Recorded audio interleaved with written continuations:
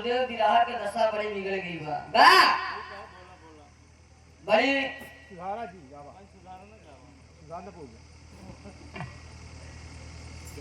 आप कोशिश कर रहे हैं, प्रयास कर रहे हैं हम लोग का गरबा। गुरु जी, हम और आप जिस उपलक्ष्य में एकत्रित हुए हैं, एक छोटी सी लोकगीत सहरा गीत हो जाए। मैंने पहले ही बताया, दो अनजान दिल, दो अनजान रिश्ते एक प्रेम के धागा में बच जाते हैं। आइए गुरु जी, एक लाइन कर जुआ।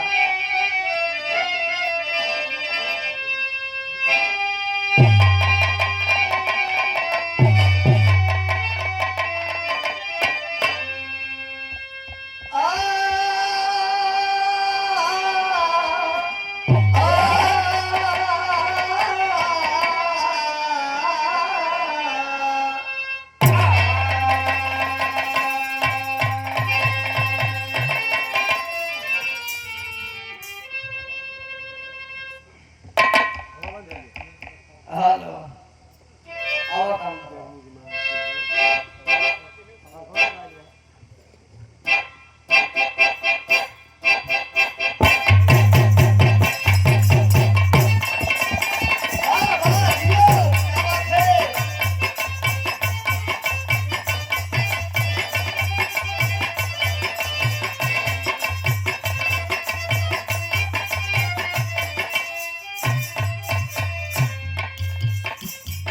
स्वर्गीय रामदेव गुरु जी गावे कैसे गावे गुरुदेव आवा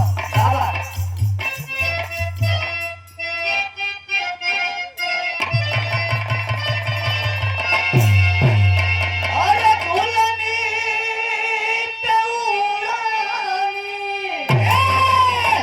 जहाजिया छपादा हमारे पाँव के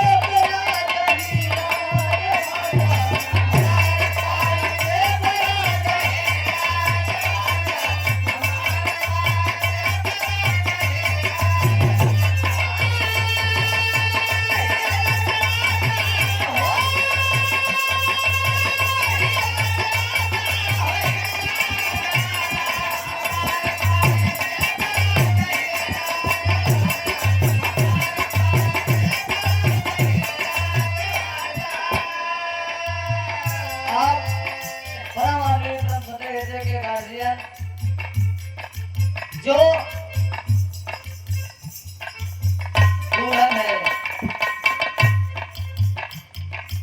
उनके बड़े पिताजी आप यदुवंशी परिवार से रथैया की ऐतिहासिक सरजमी से आप जी की तरफ से 51 रुपए का पुरस्कार चरणों में प्रणाम है, नमन है। आपका आशीर्वाद वर और कन्या दोनों पर हमेशा बना रहे। कहना है इसी भाव में, और चांद जैसा मुखड़ा और सबके मन के भाला गजब से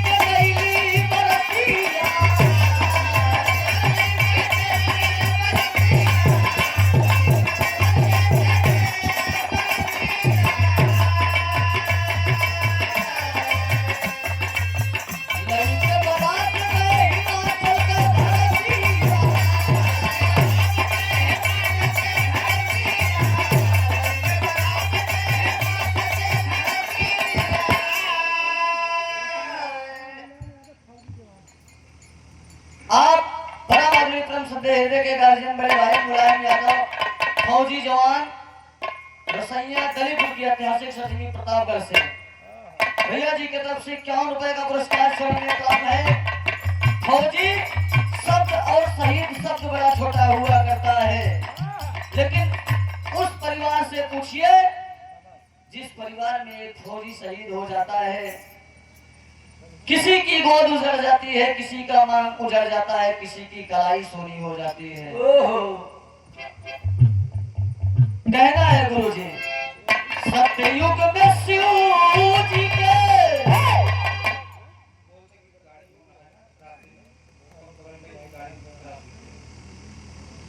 भैया रास्ते में जो गाड़ी है गाड़ी को बगल कर लीजिए, उसके पीछे वाली गाड़ी क्रॉस होने जा रही है। आओ गुरुजी सत्ययुग में शिव जी के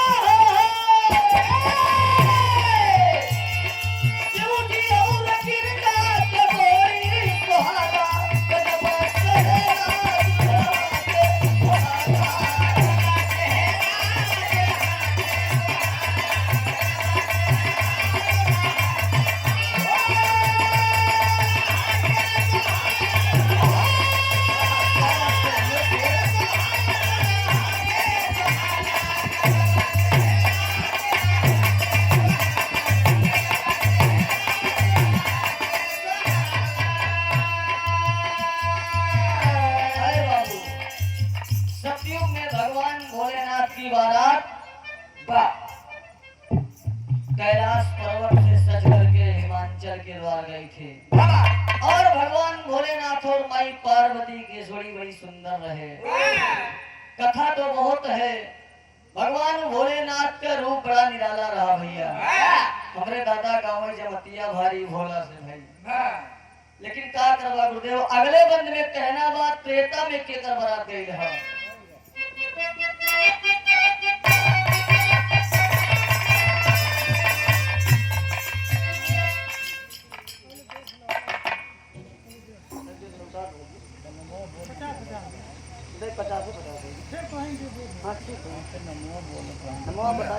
मंगल यादव दरोगा दलीपुर आप परम सदस्य हृदय के गार्जियन बड़े भाई मंगल यादव दरोगा यदुवंशी परिवार रसोईया दलीपुर प्रतापगढ़ के ऐतिहासिक सरजमी से 51 रुपए का पुरस्कार चरणों में प्रणाम है, नमन है, आशीर्वाद की कामना है। सभी सकल पंच को प्रणाम है, आशीर्वाद की कामना है। त्रेता में केतर बरात गई हो गुरुजी। आवा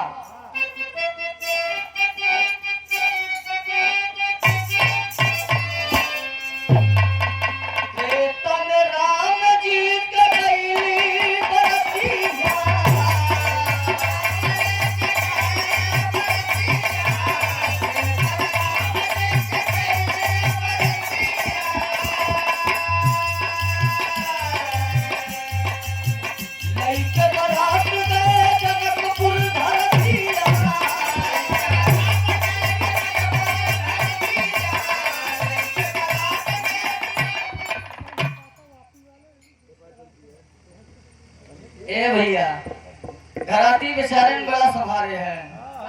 आप परम आदरणीय क्रम सदस्य हृदय के गार्जियन लड़की के बड़े पिताजी, आप वापी वाले, आप जी के तरफ से 51 रुपए का पुरस्कार चरण में प्रणाम है। और भैया लड़की के मौसिया फूफा नाना दादा काका नहीं रखा थे लड़का के भाई अब जयमांस खाली पावता है। अरे ठीक है जयमांस खाली पाव और विजय मालो बुझाऊंगा। अरे दुल्हा मालूम मौसिया उसिया कहाँ गए। अरे वाह क्या बात है, क्यों पड़े हो चक्कर में, कोई नहीं है टक्कर में।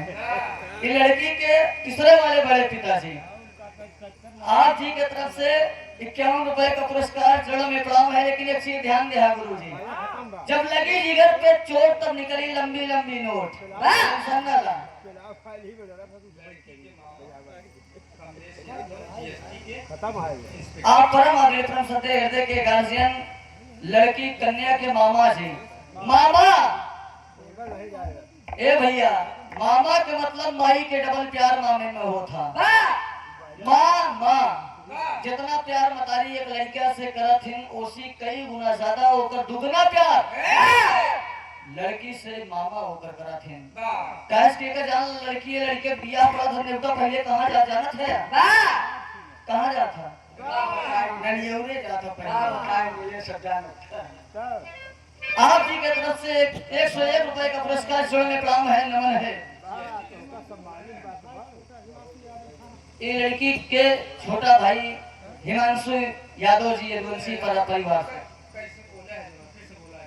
कमलेश यादव लड़की के मामा। आप परम अग्रिम सत्य हृदय के गार्जियन श्री कमलेश यादव जी जीएसटी के इंस्पेक्टर साहब जी। कमलेश यादव लड़की के मामा जी, आप जी की तरफ से 101 रुपए का पुरस्कार चरण में प्रणाम है, नमन है। जो ज्यादा बोलता है संभव है त्रुटि हो जाएगी। कैसे गलती हो गलती करे आई भैया 56 छुरी 72 वाला आएगा लौटा छाना पार वाला। डेकोरेशन सोनू मोनू ब्रदर्स भैया जी की तरफ से 21 रुपए का पुरस्कार चरण में प्रणाम है। 51 रुपए का पुरस्कार लड़की के छोटे भाई हिमांशु यादव यदुवंशी परिवार से। भैया से पढ़ा लिखा भैया अपने गांव देश के नाम रोशन करा। हम लोग कह रहे सके हम लोग खुद समाज में घूम घूम मांगा थे जो कुछ मिला बस सब आप लोग के देन बा। त्रेता में केकर बरात गई कहना बा।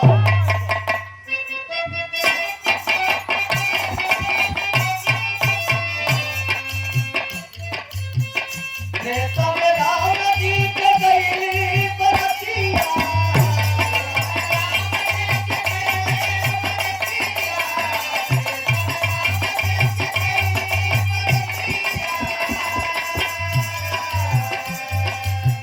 लइके बरात गए, लइके बरात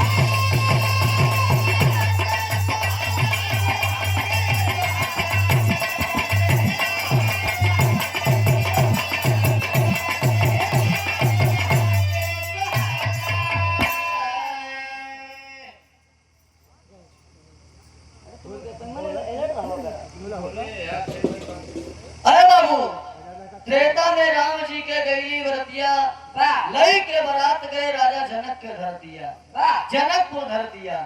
ए भैया, जनक नंदनी और भगवान राम की जोड़ी अमर हो गई। सतयुग में भगवान भोलेनाथ माई पार्वती के जोड़ी अमर भइल। त्रेता में माई जानकी और भगवान रामचंद्र जी के जोड़ी अमर भइल। द्वापर में केकर जोड़ी अमर हो कहना बाबू जी बाबा।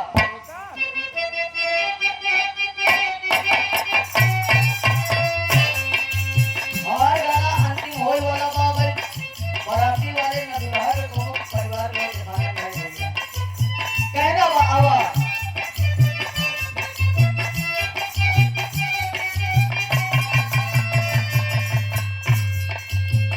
द्वापर में बलराम जी के गईली बरतिया।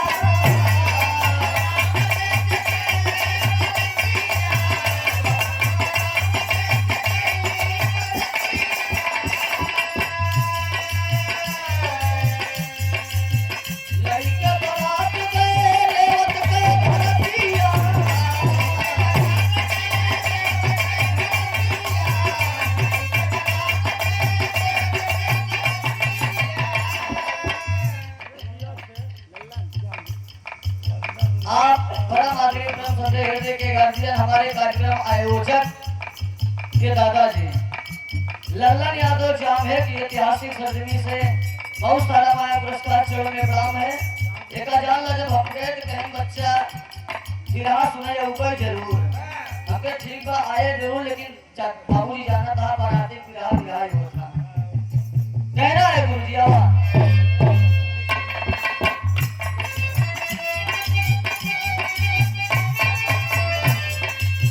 लइके बारात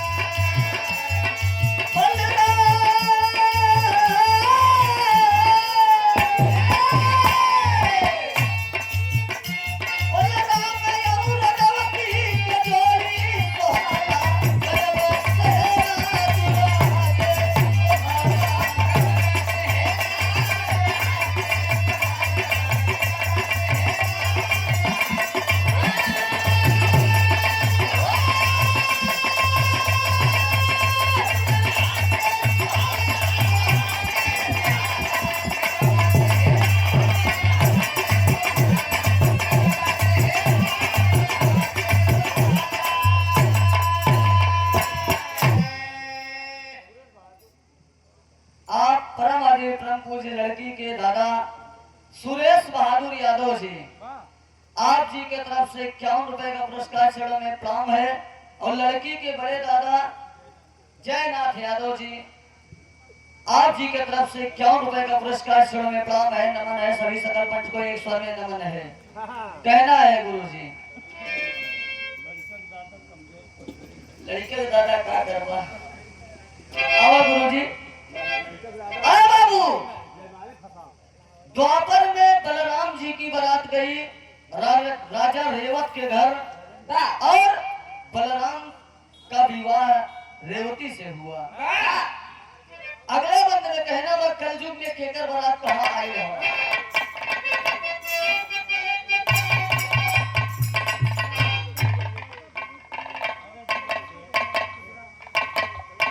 आप परम आदरणीय परम श्रद्धेय हृदय के गार्जियन लड़की की बड़े दादा साहब जी दिलीप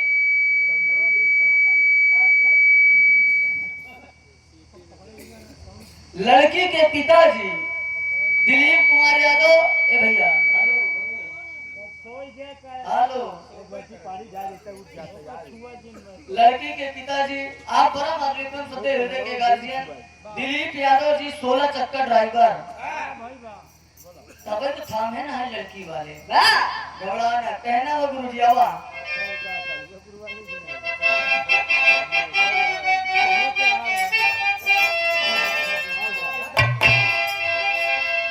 कहना बा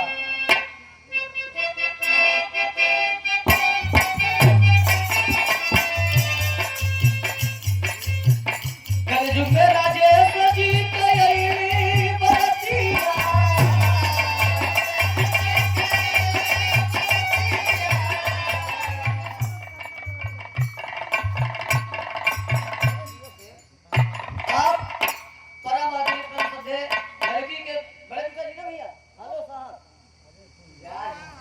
आप जी के तरफ से 51 रुपए का पुरस्कार चरणों में प्रणाम है नमन है।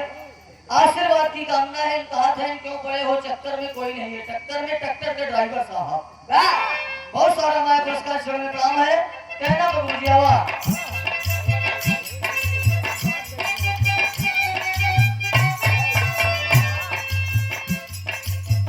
कल में राजेश जी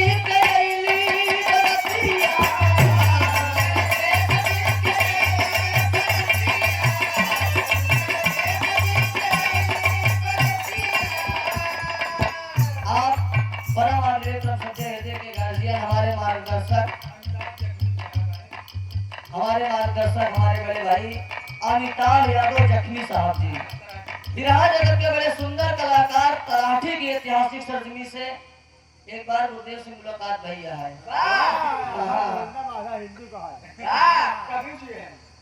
और कलम के जादूगर भी है the poet is the great of India. हाँ बेटा। कवि भारत में महान हुआ करता है, आज कवियों की देन है, बड़ी बड़ी खोज हुई बाबूजी। वाह। वैज्ञानिकों की दिन है। ए! पहले हमारा राजा बाबा बेचारे फरवा चलावत चलावत पसीना पसीना हो जाए। पढ़ा लिखा से अच्छी रहा चाहिए बस सब लिख ले अरे बाबू, आप गुरुदेव जी की तरफ से बहुत सारा पुरस्कार, ये हमारे लिए आशीर्वाद है गुरुदेव। अब गुरु जी कहना बा